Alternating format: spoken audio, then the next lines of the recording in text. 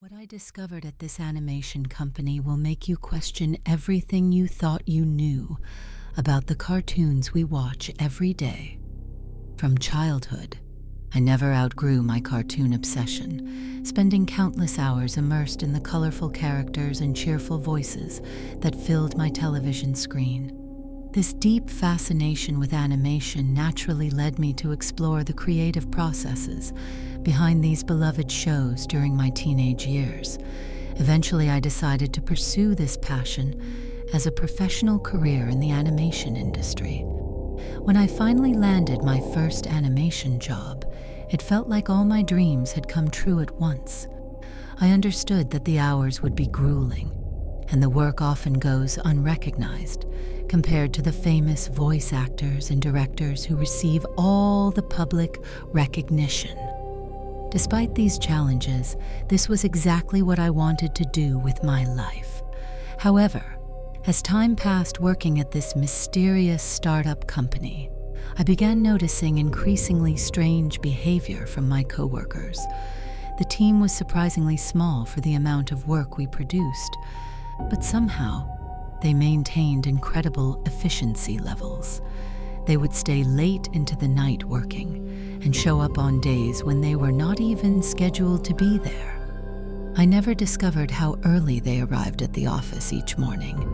All I knew was that no matter what time I showed up, they were always there before me. This kind of dedication is often viewed negatively in the animation industry, where being overworked and underpaid is unfortunately a common complaint. However, this was not some heavy-handed management tactic forcing employees to work excessive hours. Their dedication appeared to be completely voluntary behavior. Whenever I asked any team member what specific project they were working on, they would give vague responses and quickly change the conversation topic. This evasive behavior was consistent across the entire team, without exception. The strangest individual of all was the company founder, a man named Mr. Jones. He remained constantly locked in his personal office with the door permanently closed, except when entering or leaving.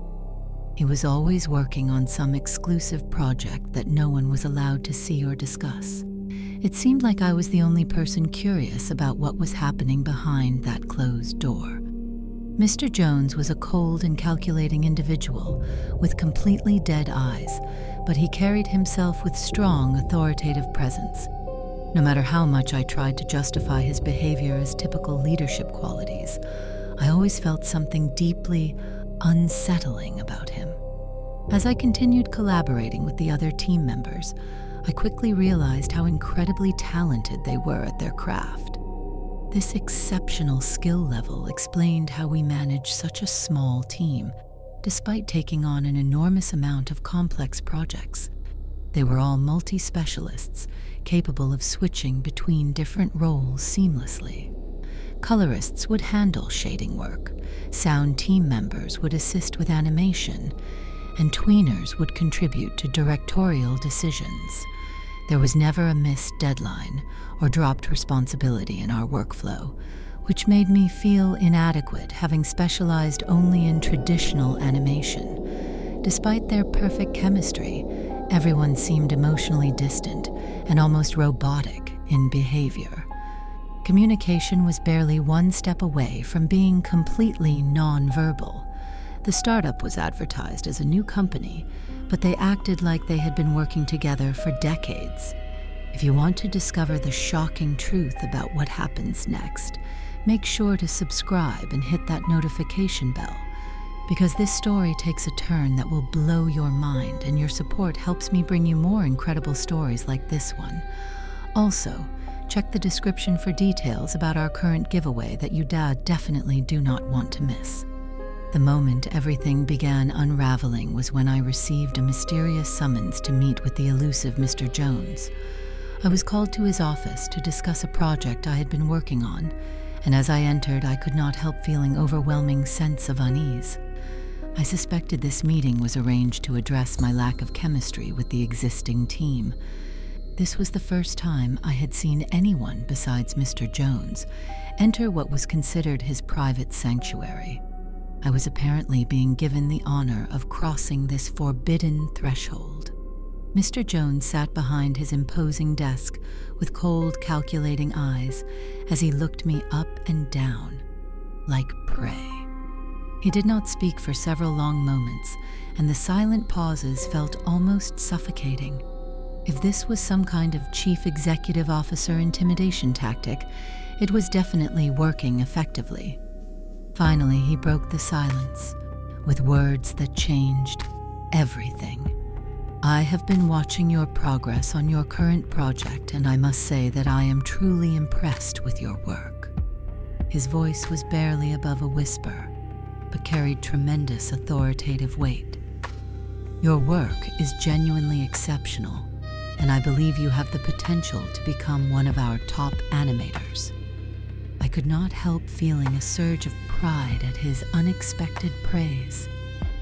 All the extra time the others invested, yet I was the one who managed to stand out. It was definitely a significant boost to my ego and professional confidence. Perhaps the others were spread too thin, covering for each other, while I managed to excel in my one true field. But I could not shake the persistent feeling that he was hiding something critically important from me. "Thank you, Mr. Jones," I replied, trying to keep my voice steady and professionally polite. "I am genuinely glad you are pleased with my current performance." "Oh, I am much more than pleased," he responded with his eyes narrowing into dangerous slits. "In fact, I think you are ready to take on a very special project for me. A project that will take your skills to the next level and truly showcase your exceptional talent." I was about to ask him more specific details about this mysterious project, but before I could speak, he stood up from his desk and walked directly toward me. He placed his hand firmly on my shoulder, and I could feel his cold, clammy fingers gripping me with uncomfortable tightness.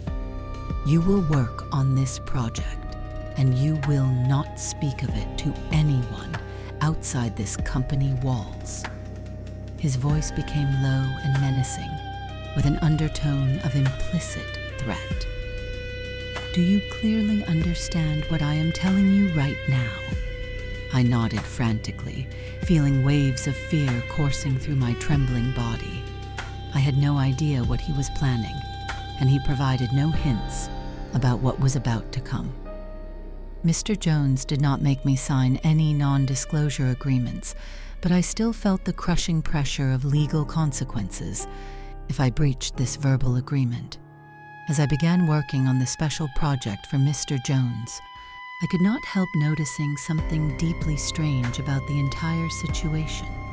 For starters, I was never allowed to see any of the final animations that were created by my new personal team. Whenever I asked about the finished products, I was met with more vague answers and quickly redirected to another task.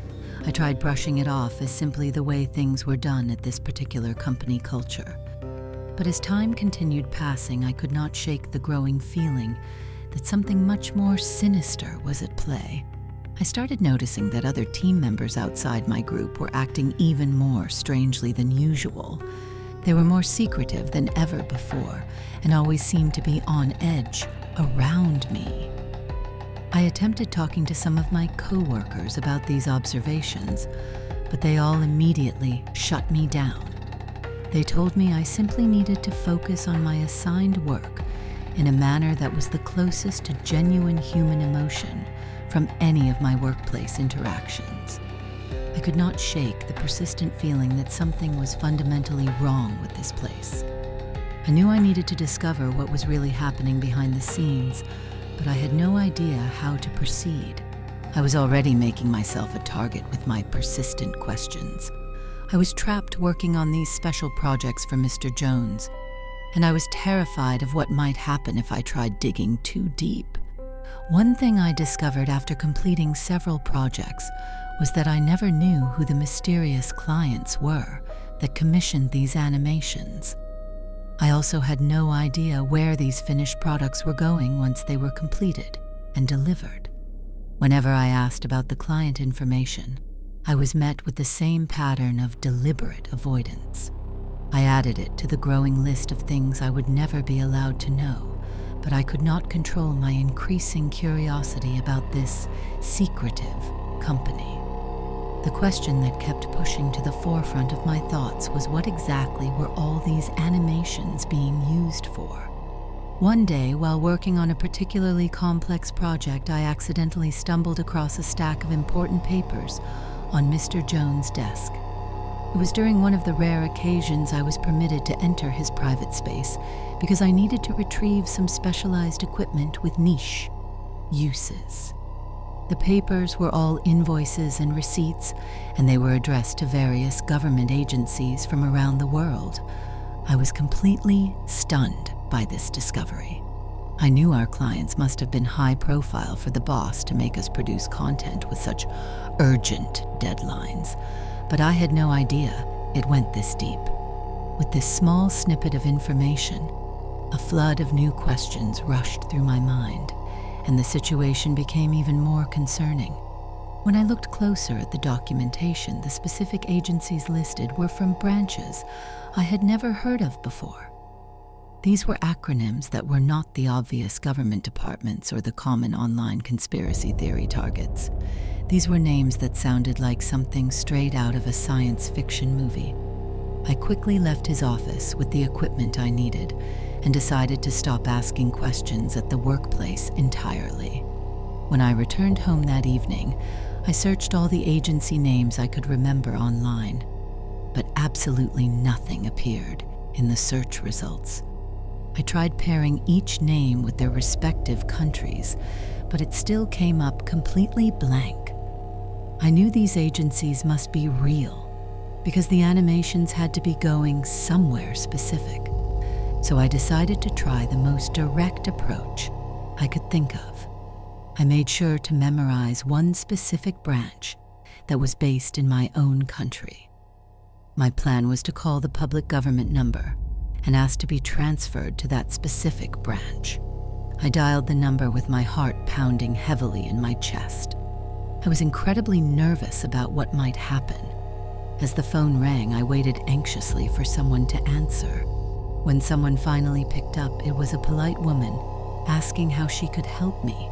I nervously asked to be transferred to the specific branch I had memorized. Without any response, I was met with a strange clicking sound followed by a high-pitched electronic tone. I was absolutely terrified by this unexpected response. In complete panic, I hung up the phone immediately. I had no idea what was happening, but I knew I needed to be extremely careful moving forward. I did not want to put myself in any real danger. I tried thinking of alternative approaches and decided to leave it alone for the night. The very next day, as soon as I arrived at work, Mr. Jones called me into his private office. He immediately informed me that I was being permanently fired from the company. He provided some vague reasons about my performance not being up to company standards. This explanation felt completely untrue to me. I had been praised not too long ago for my outstanding performance, and my workflow had not declined since starting the new position. In fact, my work quality might have actually improved significantly. I immediately knew this termination was directly connected to the phone call I had made. I felt angry and upset about losing my first animation job, but I knew there was absolutely nothing I could do. I packed up my personal belongings and left the office feeling an overwhelming sense of dread. As I departed, I was watched by the other employees in cold silence with their emotionless stares piercing through me. Though their expressions did not carry embarrassment, they seemed filled with pure malice. After being terminated, I continued searching for a new employment opportunity. But I struggled tremendously in my job search. I tried using the previous company as a professional reference, but quickly learned it was completely impossible. When I called the company requesting a referral, the calls never went through successfully. I returned to the office location but found it had been completely vacated. Not even a single drop of ink remained in the empty building. I searched online for more information about the company, but all websites were now completely blank. It was as if the entire team had never existed at all. I had no idea what was happening, so I tried digging deeper to find information about the clients I remembered from those papers.